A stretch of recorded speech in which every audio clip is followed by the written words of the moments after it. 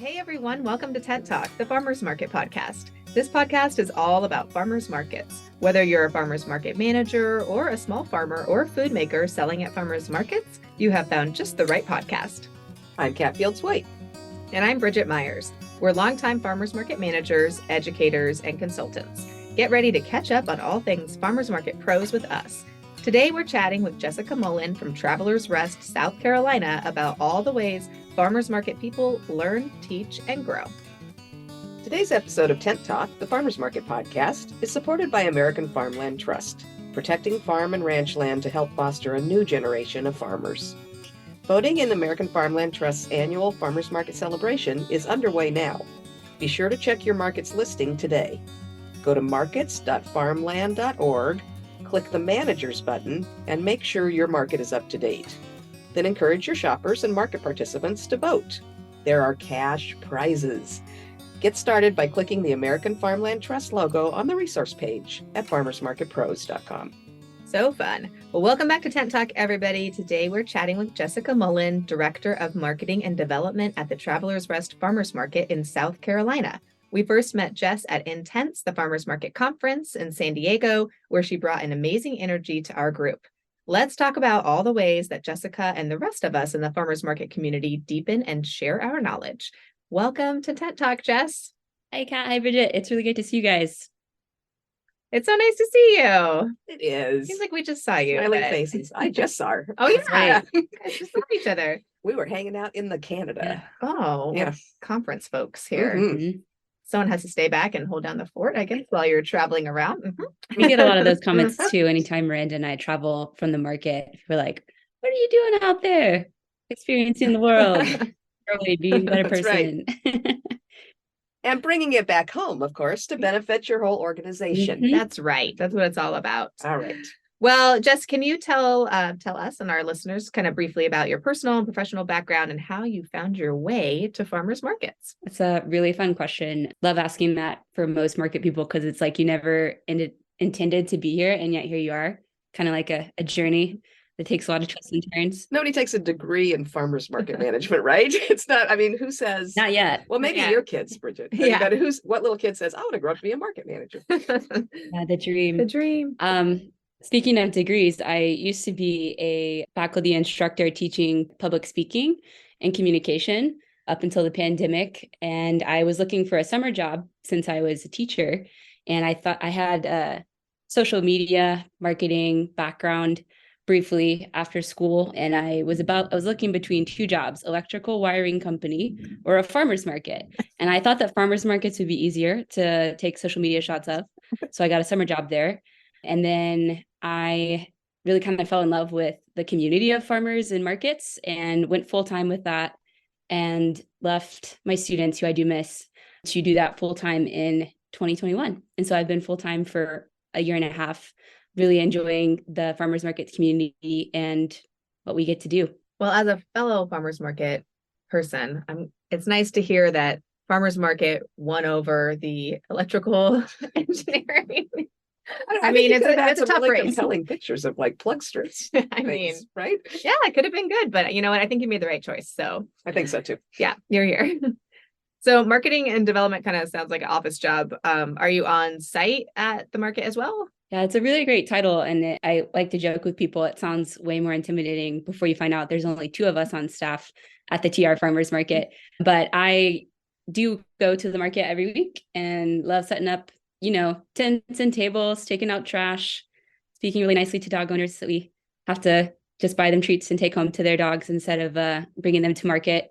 But I do get to go every Saturday and be on site. Oh, nice. So it sounds like you're not just doing marketing things while you're there, but also just the usual Not marketing, but also marketing. Yes. Right.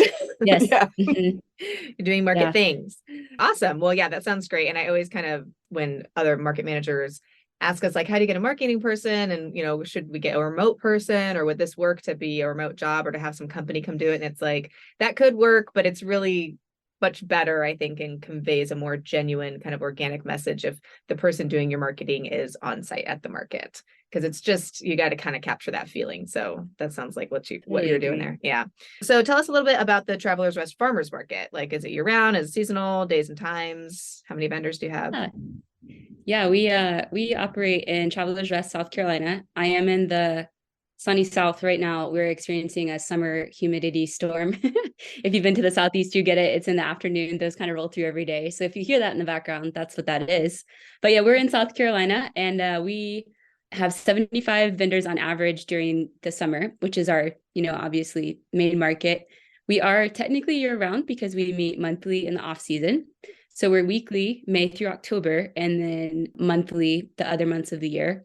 And we are a producer only market. So everything that you buy at the Travelers Rest Farmers Market is grown or made by the people you're buying it from. So we really enjoy getting to kind of get to meet local farmers and artisans that way. We meet on Saturdays and during the summer from 8:30 to 12. It's a really great market that I love being a part of and a big community hub for our small town. Travelers Rest is outside of Greenville, South Carolina, which is a little bit larger. And Greenville is on the highway corridor between Charlotte and Atlanta. So if you're familiar at all with the Southeast, that might help you place us a little bit. But we're quickly growing, which I hope maybe we'll get to talk about a little bit later in the podcast. But what do you do when your small town is growing a lot and your market is kind of in between what is there and what's coming? That's something that we kind of balance a lot in Travelers Rest. So that's what we are up to, our little market.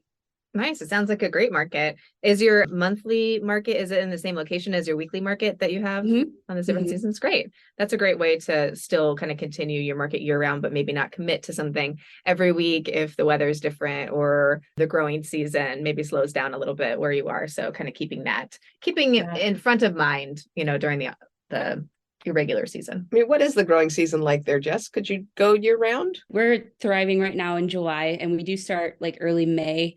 Most of our produce farmers really wind down in August. And so there's definitely still some production, and some of them work on season extension and off-season growing, but most of our growing does happen in the summer. So we kind of lean more into artisan market in the off-season. We obviously still have produce, but it's not as plentiful, just like it's not there for them to bring to market.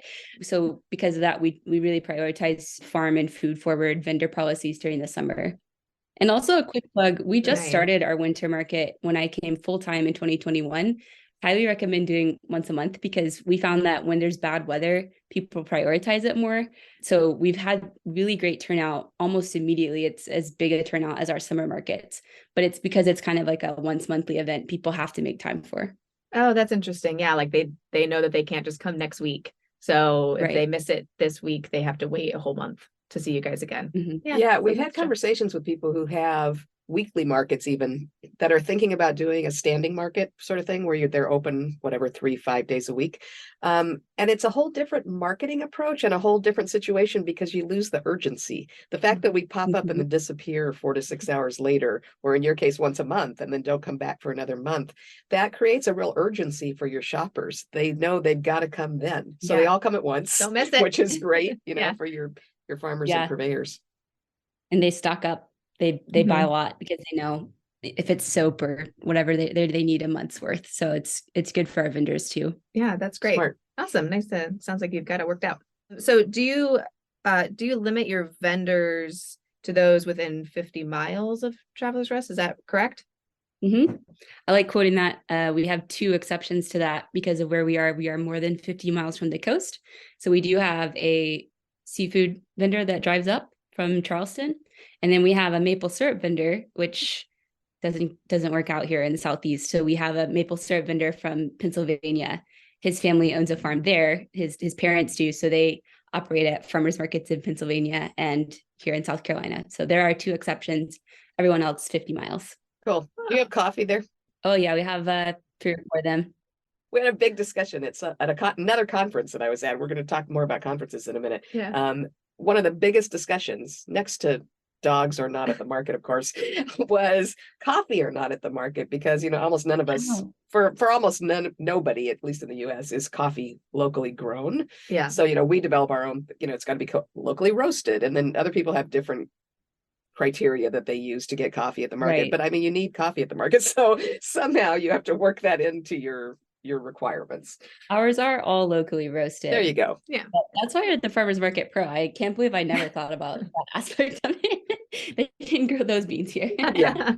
Well, that's the thing I think is as markets kind of grow and expand into more like trying to be a grocery store, you don't want to have every single thing. We're not going to have like Fruity Pebbles at our market, but it's like, okay, well, what's on people's lists that can be at least like enhanced locally, like roasted coffee beans. And if that's truly something that you feel is more like that makes it kind of a producer product, then that can fit within your criteria. But being open to like kind of shifting that as, need kind of increases for these kind of things at markets. So yeah, some people say if it's just not possible to, it's kind of like your maple syrup, if it's just not possible to get that produced in your area, but it feels like a key grocery item that they will look at, bringing somebody else. You still want to make sure it's a producer, maybe not necessarily a really local producer. Yeah. Makes sense. Good way to get around it. So Jess, we first met you at the Intense conference. So how'd you become aware of that conference and what brought you to San Diego? We came because I think we found you on social media, the Farmers Market Pros organization, and found it to be super helpful on the ground kind of thing. And when we came to the conference, that's one of my favorite things about it, just how like hands-on the Intense conference is by other people doing our job. We felt like we found this amazing niche for like, you know about like the dog problem, about like, me. I feel so seen. And I know there's a lot of other people like Christy from Pennsylvania or Melanie from Canada. Well, you come like instant friends with people that come to the conference because they know your experiences, they know your highs and your lows, and we're passionate about the same thing. So really great, just like practical help and connection with other people is awesome. So would you say your favorite part of Intense conference is what's happening on stage or what's happening in the seat next to you? Ooh, it can be both. I really appreciate the way that y'all as the organizers put together intentional socials afterward. We did breakout sessions this year for the first time. That was amazing getting to talk, because I think as far as like what's actually part of the conference program, it's all people doing what you're doing and sharing their practical, like, this is what worked for me. This is what we learned. This is what we're achieving. This is the way we're changing our communities. So it's very inspiring, but it's so on the ground, and can't recommend it highly enough. I do it pretty often too. Most farmers market managers I run into. Yeah, you do. It's great. And the social stuff to me, I think, is so important. And more breakout sessions coming in 2024. Everyone really liked that. And even, I really liked that stuff too. It was really great, even though I was just kind of wandering around, like popping into all of them. It was nice to get to hear from a lot of different people that were there, like attendees, and get to hear different perspectives, because as a market manager myself, having to do this, every single week, it's like, I like to talk to other market managers too. And that's just so helpful if you can get feedback. And if it's a little like structured conversation too, because I like the social stuff that we do, like the meetups and everything. But if there's like kind of like guiding a conversation, I learned so much when we do that stuff. So that's great. Yeah. We picked great facilitators, I think, and that did go well. So we're going to do more of that this coming year. Any particular takeaways that you've brought back from Intense to your organization and been able to add to the way you do things? I think one of our big impacts, which is in the background, is we changed our vendor orientation a lot based on the come through market and what Shiny Flannery's doing out on the West Coast. Really were impressed with the way that she was setting up her information and engaging with her vendors. So we've really upgraded that a lot. And that's something, people from the outside of market might not notice, but it's helped our vendors a lot. So it's just it's kind of, we come out with like an 8-page document of all the things that we've learned. So I don't want to, I could go for a while on that, but that's one of the big things, is just the behind the scenes management. We did also add MarketWorks this year for the first time. I know that we learned about that from that conference, which is a software that helps us with vendor management. And so it's just been able to help us organize a ton. And I know a lot of other managers don't have a ton of time or don't have a 2-person team. And so having things run smoothly behind the scenes is just such a big deal to you actually being able to enjoy your Saturdays or get on to whatever else you're doing with the rest of your life. So just the behind the scenes organization's been big for us. That's great. Oh, I love that. Yeah. And where else are you going to find that? Because most people don't know that there's anybody that manages a farmer's market. What do we do? What do you do the other 6 days? Yeah. What do you do the other 6 days? We're going to do a t-shirt that says that. Are there any other local farm conferences or seminar type stuff in your own area, like regional organizations or meetings that you've attended and found valuable? Actually, no. There are other really helpful operators in the Southeast who are incredible. We've learned a lot from like Sadrina, and also there was a cohort there from Sadrina Joel out of Atlanta, and then there was a really awesome market team from Savannah there this year, and then some others from Kentucky. So it's interesting to see what's going on in the Southeast, because the Southeast has its own set of like cultural issues or attitudes that make markets like successful or not, like the challenges to overcome. And we are kind of considering starting a farmers market association for ourselves in the upstate, because we do have some sister markets. But unlike in San Diego, where you guys get to be, where every neighborhood has a really small 10 to 15, vendor market, which is great for being accessible, most of our markets where we live, there's like one big market in every town. And so it's kind of an event every Saturday, but it hasn't gotten to be part of the culture where everyone has to come for their groceries all the time. And so that's really like, we're kind of pioneering in that. I love getting to visit the West Coast and even like the Pacific Northwest and getting to see ways in which they're like 10, 15, 20 years ahead of us when it comes to like local food systems. And what does that look like at the higher level of associations or working well with the government, whether that's local, state, or federal, and working well with those programs. I just think that the Southeast, at least where we're at, we're still working to build those connections. And so getting to places like the Intense Conference and comparing those with other regions of the country, I feel like I get to see what's possible for us to grow in, but it's definitely a beginning of the road kind of thing. Yeah, I think that's terrific. We do see a lot of people that come to Intense or not, but also do their regional conference. So a lot of the areas around the US have a regional conference of some kind. Typically a state association holds it, or it's held in conjunction with maybe a state produce association or something like that. Pick Tennessee, does a thing where they have a farmers market module.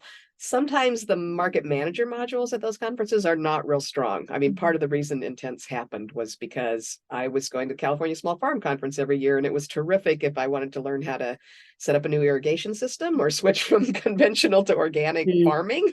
But on the farmers market manager side, there just wasn't a lot of content. So we really try to kind of aim our conference at market managers. But I think it's really important as a market manager that if you do have a regional conference, even if it is mostly farm content, that you go to those conferences so you get to network with people in your own area as well. Yeah, and it can really help strengthen. It sounds like you're kind of gathering like-minded folks to kind of incorporate regular food access into like the culture of how people view buying their groceries and things like that. And that's just like a more holistic big idea that's going to need a lot of people involved to kind of get that into the communities there. So yeah, that's exciting. But I admire you for thinking about starting a state association. I think it's really important. They do really good work. Yeah. And they're really powerful in terms of advocacy, especially when you're looking at state policy and things.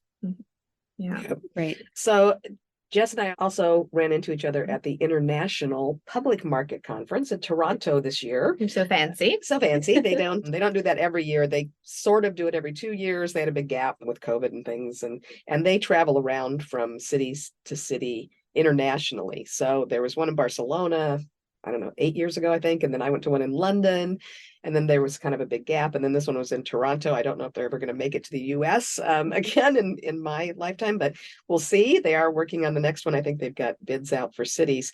But Jessica, was there anything in particular that drew you to that conference? Probably the placemaking aspect of markets and what that offers. It's a major personal passion of mine, and also for the market organization that I work for.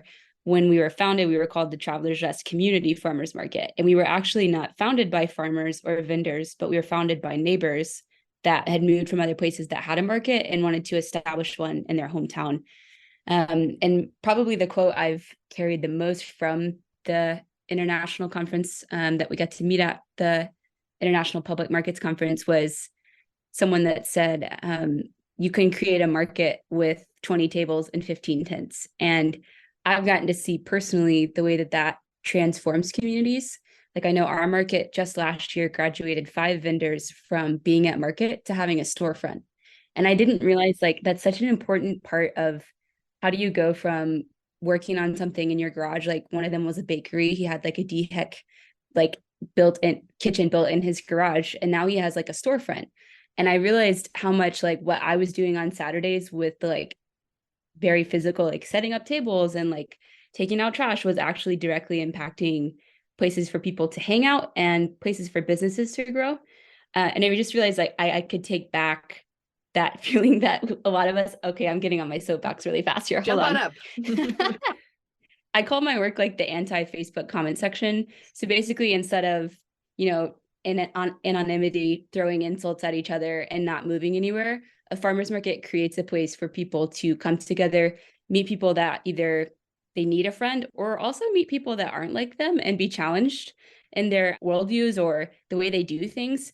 A place to be human and come for a few years and get a latte if that's where you're at, but also a place like if you're ready to take the jump and like buy a little 1 acre farm and try to start farming yourself, you can ask people about that at the market. You can make either big or small changes for holistic and healthy living because it's a public space. And I realized like in the US, we don't have a lot of those. So that's my long back to the conference.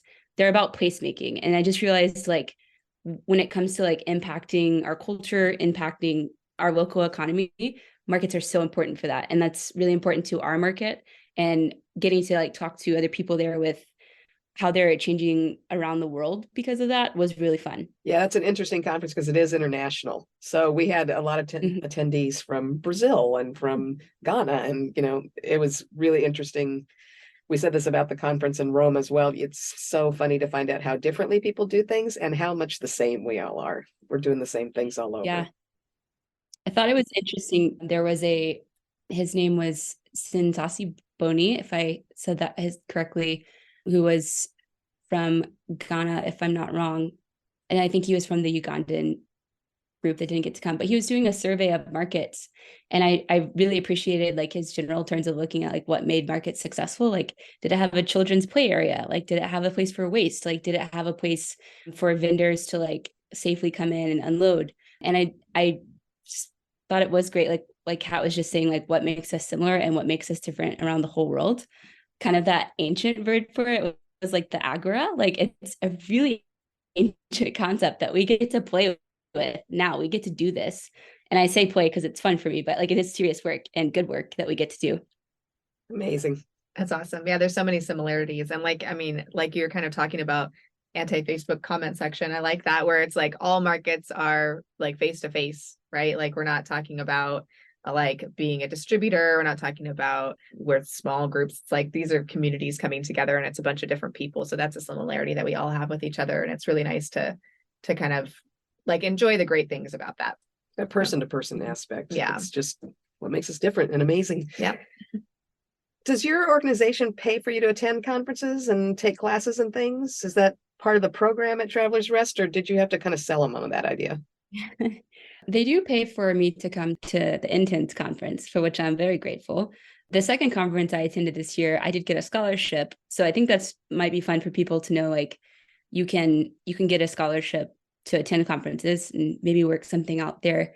I also paid part of it personally. So they definitely, I think coming back and presenting them with documents of what you learned at the conference helps them see how much it's worth. Also, the contacts that you make at conferences. Similarly to what I was just saying about farmers markets, I think conferences are so important because you're going for what you don't know that you need. You can learn a lot from watching YouTube or getting a book because you chose that. But when you go to a conference, you're kind of making space for you to like run into other people that you don't know you need to meet, that you're making space to like choose sessions while you're there that are bigger than you because you're there. In the same way that like a market creates space for like neighbors to run across each other, meet each other, start businesses, collaborating, conferences make space for you to kind of become more holistically educated on a topic and meet people you didn't know you need to meet. Like the International Public Markets Conference, I got stuck at a bus stop for an hour and a half in the rain because the bus no longer came to that stop with another attendee. And she was incredible. I got to like learn so much. She worked for a community economic development nonprofit in her town. I learned so much about the way organizations work. I wouldn't have done that or ever met her if I was just there to like take this one session that I knew I needed. So I think connections is big, and being able to do more than just that one thing, if that makes sense. Yeah, for sure. Yeah, I mean, being open to the unexpected value, I think is really important. Yeah. For sure. Yeah, I love that when I go to conferences and I'm like, okay, I can see the agenda and I'm really excited about these sessions. And then I just go sit in different sessions and learn something that I never knew I needed to learn, but it ends up being like the most important thing that I learn at that conference, or talk to somebody that I just never even thought I would talk to anybody who did that job or who did it in their certain way, and just take those tools with me everywhere. I feel like you had a lot of that happen at the Main Street conference. Yeah, at this Main year. Street. Yeah, for sure. Which is not a farmers market manager conference, but somehow I just got so much valuable content out of that conference. So Yeah. Yeah. We're going to be adding, here's a little scoop. We're going to be adding a conference / kind of one day. It's not really a conference, but it's a mini training just prior to Main Street in 2024. They're being held in Birmingham. So we'll be hosted near Pepper Place market there. And we'll be doing a thing that focuses on vendors and then a little boot camp for market managers as well. So just sort of a one-day intense conference next May in Birmingham, Alabama. So we're going to branch out a little bit from San Diego and Be in the SAP. take our stuff on the road. That is so exciting. Yeah. So we'll be pretty close to you, Jessica. Pepper Place is on my to visit list after they were also at the International Public Markets Conference. So we're planning to go in our off season when we can go on a Saturday. Yeah, it's one of my favorite markets, actually. Yeah, I'm excited to check it out. Yeah. So we've talked a little bit about what you're doing to learn things, but you also teach a lot at the Travelers Rest Market, right? I mean, education's in your mission statement. How does that affect your market programming? We had a little over 400 hours of free market programming last year. That happens on Saturdays at market. And so kind of similar to what we've been talking about with conferences and with markets as a whole, as a concept. We love that markets are a place where you can run into an organization or an idea and have interactive education. You might get to try something you didn't try before. So 2 of our programs that are probably the most educational are Market Kids, where we have different organizations come out, and most of them are volunteers. So if you're not doing Market Kids programming, like we do not usually have a problem finding, whether that would be like SNAP Ed, local universities, local churches, local libraries, local, even some daycares that are like forest focused, like they'll come and do like kind of crafts that are focused on nutrition. We ask them to do nutrition, environmental stewardship, health awareness, and just creative play. Any of those things with the kids to get them to enjoy eating their vegetables. That's a big thing. Know where food comes from. And so that's one. And then our other one is Market Talks. So that one is mostly focused on the environment, or things like we have a bike group that is all about like walkability and being accessible by bike. And so they come and talk to people about why you should ride your bike to work, things like that. And we've had nutritionists come, we've had doctors come. We had a really cool guy come one time who was like an ER doctor who was teaching about like poisonous flora and fauna in our local area to know what to look out for. And so it's just a great platform for other organizations that want to come and meet people. And then it helps people at our market to start to learn more about where food comes from and how to be healthy. I love that it's interactive. We really tried to get people to come for classes and to like sit down at 10:30. They didn't like doing that. So it just ends up being conversational. But I think sometimes that's more effective than slides anyways. So, or we might get our sit down class one of these days. But for now, it's conversational, person to person. So I love that. I like that actually better, because a lot, part of the drawback sometimes to having educational programs at a market where you want people to sit down is we don't really want people to sit down. We want them to keep shopping. So, I mean, they're there to support the vendors and the farmers. So if you have this kind of walk-through education, that may be a more appropriate thing for a farmer's market. Yep. Mm-hmm. And also, speaking of vendors, like we have one program called Market Cooks, and we sometimes have local chefs come. Gets kind of fancy, watermelon gazpacho and stuff, which is incredible and fun, creative. Another thing we're focusing on this year, and that's also kind of thanks to things we learned at the Intense conference when we had that cooking demo there. It was so simple. And so I've been encouraging people, like, just do the simplest things. Like, we just need someone to show us how to cook kohlrabi.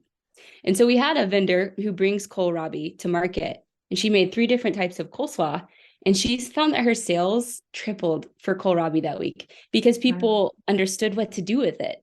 And so we encourage our vendors. Like, we had Rancher making beef sliders, and their sales, when you have that grill there, which I know maybe not all markets can do, but when people were smelling that, their sales were like way better that week. And so it also helps people sell more products. Wow, Brilliant. that's really smart. Yeah, I know that chef demos can really do a lot for the market as a whole because folks can come down and learn that they can buy their weekly groceries there. But really, I mean, like you're saying with kohlrabi, it's like teaching shoppers what to do with seasonal produce, even if it's something that they're not familiar with. That will help them like learn to love that and feel comfortable shopping for it and buying it. So what a benefit to the farmers too. Yeah, really, really a good idea. Mhm. So while you're educating people at the market, you're also educating your community about what you're doing to educate people at the market and what you're doing to improve your food system. We love that there's a really beautifully designed page on your market website that uses data to teach people about the impact that your farmers market has in your community. How has that developed? How'd that come about? It's really, really clever. I would strongly recommend anybody go to travelersrestfarmersmarket.com, hit the impact page, it's / impact, and look at that, because the way you put together those hard numbers, but in a very friendly kind of user welcoming way is really, really smart. Mm-hmm.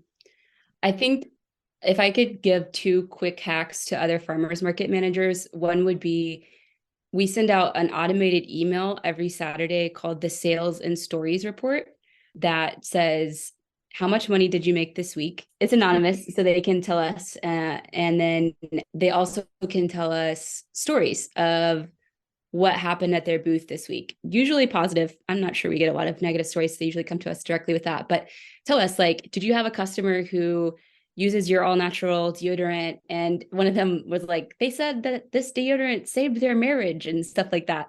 But I actually got a really useful statistic from that last year, which was we had in those stories 17 US states and 10 foreign countries where people were just like, oh, I'm stopping in from Brazil. I don't know how they found our little market, but they're like, and they just mentioned that the vendors told us. And so we actually were able to use that to be like a statistic, like we're a pretty significant source of like tourism for our town, like people who visit or new residents are coming to us. And so that was really big to prove like our place in the community.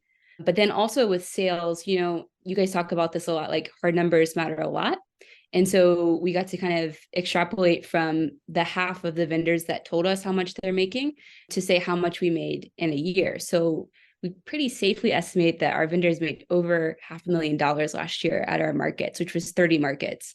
And then when you can start illustrating things like that, grants, and also we have a really great relationship with our local government, like the city where we're at, because they can see the impact that we have. So that's a sales and stories report. And then my second one.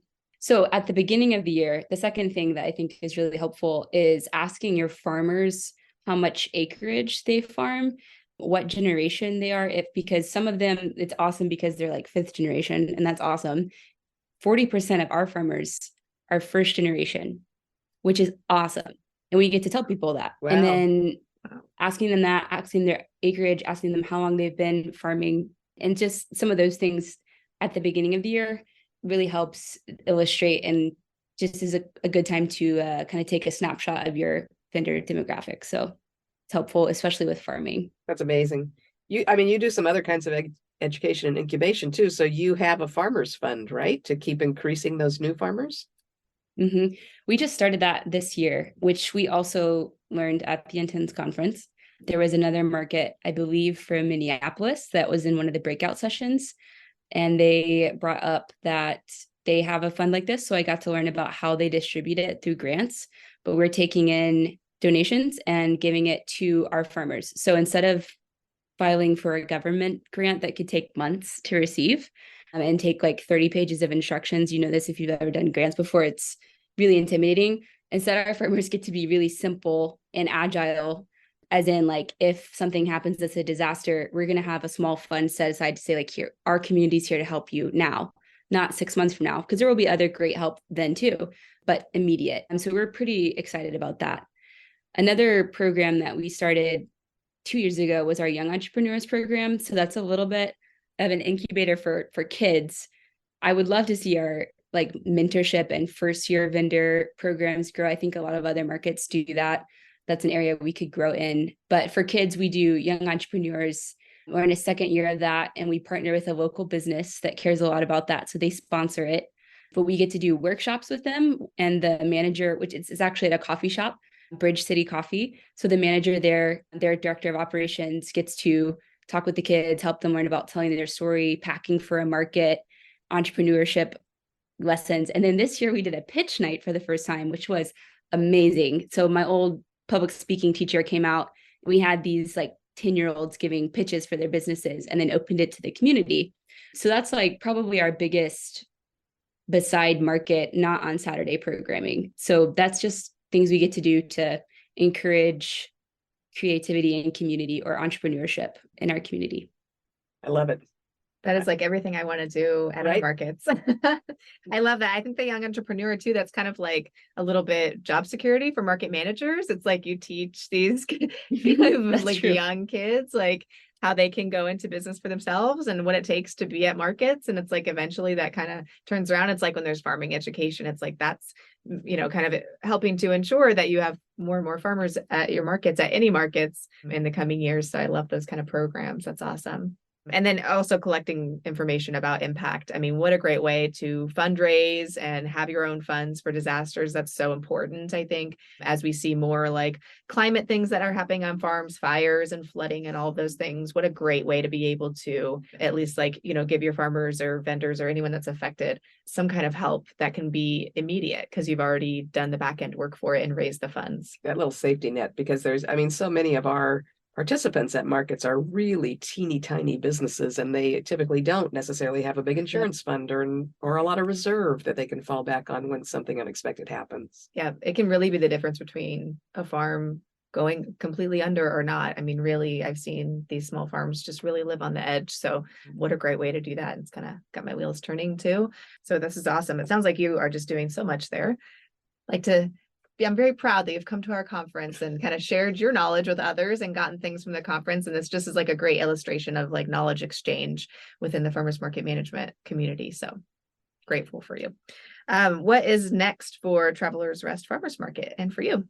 We have our yearly fundraiser that we know Kat is a really big fan of and is definitely coming to in the next couple of years. But it's the tomato sandwich taste off, where we have I intend to be a celebrity judge next year. That's your favorite thing. It is. Yeah, we have she will fly in local restaurants come. We're from the Southeast. If you don't know what a tomato sandwich is, it's literally just tomato and mayo and bread. And good mayonnaise. Salt and pepper. Yeah. Mm-hmm. Good mayonnaise and bread. That's the trick. I will tell you, as a child, this is like a core memory of mine that I have about my mom, that she would be eating tomato and mayo sandwiches on good bread, and just the pure joy that would exude from you. Hashtag pepper the hell out of it. That's right. It's the pepper on the tomato. That's the secret.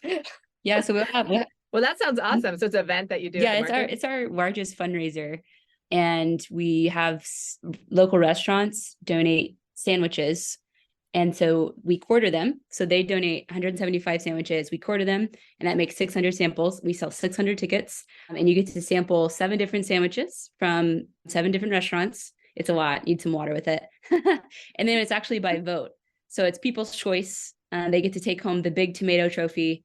Some of our local chefs get really into it. I didn't come up with this idea. Other people in our community that served on the board before we did, but like embrace like your local culture, find that weird niche thing. And we made that into a fundraiser that is our biggest one of the year. So we're really looking forward to organizing that again and getting to celebrate Southern culture and the tomato in July 29th of this month. I love that. So wait, does that happen like at your market, or is it in a different place? It's during the market. So yeah, it's from 9:30 to 11. So it also brings people to market. It definitely started small and it's gotten bigger. So it's a blast. So this is like, Bridget runs this big chili cook-off every year, but it's kind of its own different thing. This is like if you took the Sono Chili Fest and you plopped it into your farmer's market. Can you imagine? That would be the excitement and the chaos. That would be chaotic, but also love it because it like brings the two things together. And I feel like the kind of people that would go to a farmer's market also would enjoy something like a tasting event. So it's like, you're catering to that same group that would just get so excited about it. And it's So That's perfect. incredible. I Yeah. So perfect.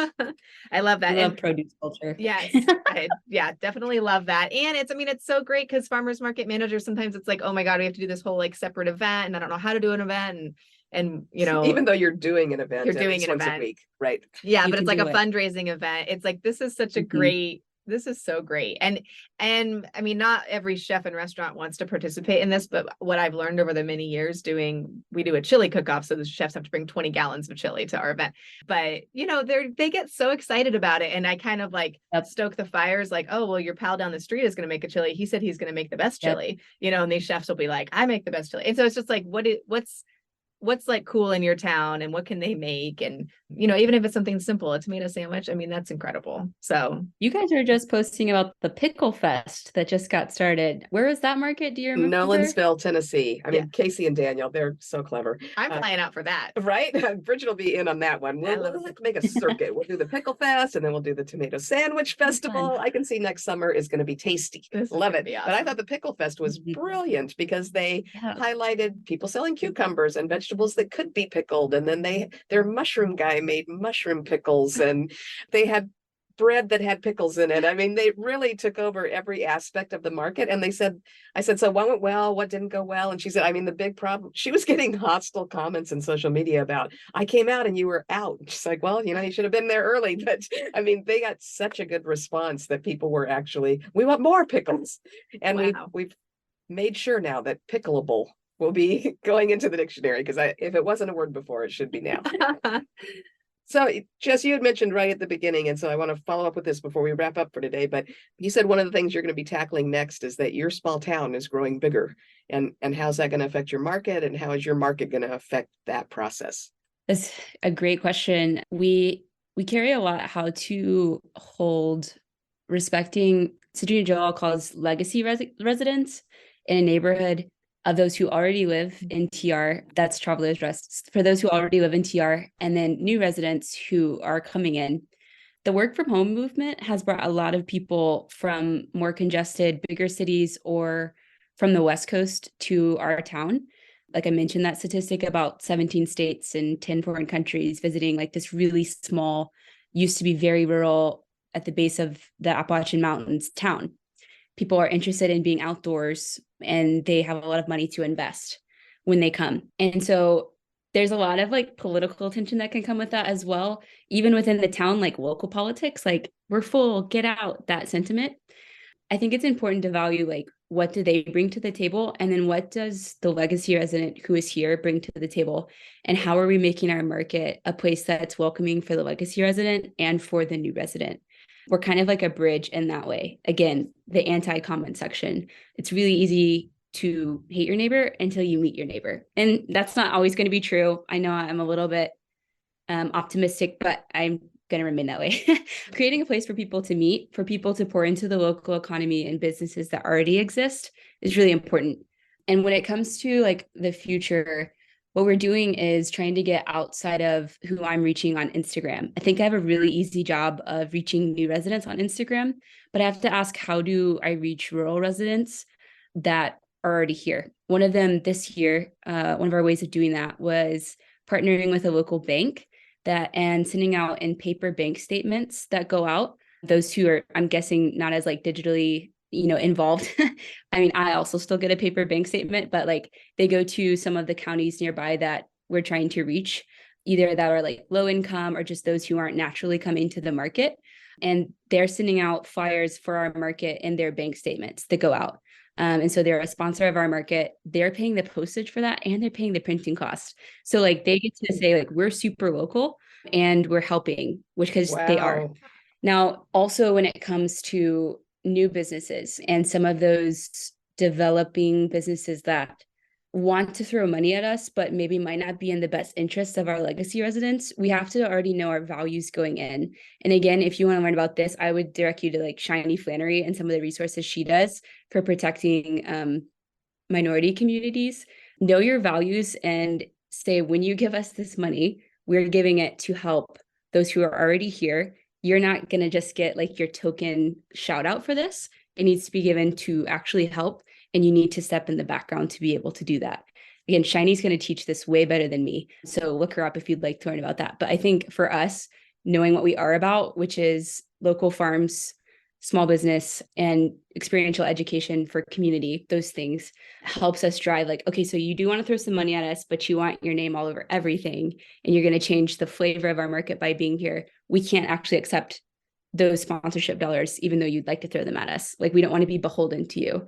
I know another market in our area that like did that, and now that they have to be in a certain location outside of a certain business because that business sponsored them. So they're really held back from what they want to do, even though they had that premier sponsorship. So knowing what's your values actually helps a lot in determining healthy relationships. So smart. That You was don't so have helpful. to say yes to everything, even Yep. if on the short term Right. it sounds like a good idea. Mhm. You so smart the way you put that, Jessica. I appreciate it. Yeah. And have something to kind of reflect on that you've already developed is just so important, because you get so busy and it's like, oh, you want to say yes to everything, and it's having something to remind yourself like what your values are and why you're there. So This has been a wonderful conversation. Yeah, it's great getting to talk with you guys as well, and hope to see you in March of 2024. yes, we're very excited to That's see right. you. Thank you, It was nice Jessica. to talk to you, Jessica, and we will talk to you soon. Thanks for having me. No farms, no food, as the bumper sticker says, and also no farms, no markets. Thank you to American Farmland Trust for preserving farmland, advocating for fair farm policy, ensuring the livelihood of small farmers, and for supporting this episode of Tent Talk. To join American Farmland Trust, click their logo on the resource page at farmersmarketpros.com. Here's a scoop for our listeners. Save the date. The Intense Conference 2024 will be held once again in San Diego. We don't know if we'll be here forever, but definitely in 2024, March 4th, 5th, and 6th. That's Monday, Tuesday, and Wednesday, with extra programming on Saturday and Sunday preceding as usual. We'll be sending you more information on that. Watch your email newsletters and join us in San Diego next year. Thanks for listening to Tent Talk today. Please leave us a review on your podcast app, YouTube, or wherever you access this podcast, and tell us how you're enjoying Tent Talk. Be sure to subscribe to our podcast so you don't miss the next episode. Connect with fellow farmers market folks in our private Facebook group, the Farmers Market Pros Community. Follow us on Instagram at Farmers Market Pros, and find online education and other resources on our website at farmersmarketpros.com. Don't forget to sign up for our email newsletter while you're there. Tent Talk is brought to you by Farmers Market Pros, where passion meets profit. Today's episode was produced by Haley Pascalades. Original music by David Mead. Join us next week for another great episode.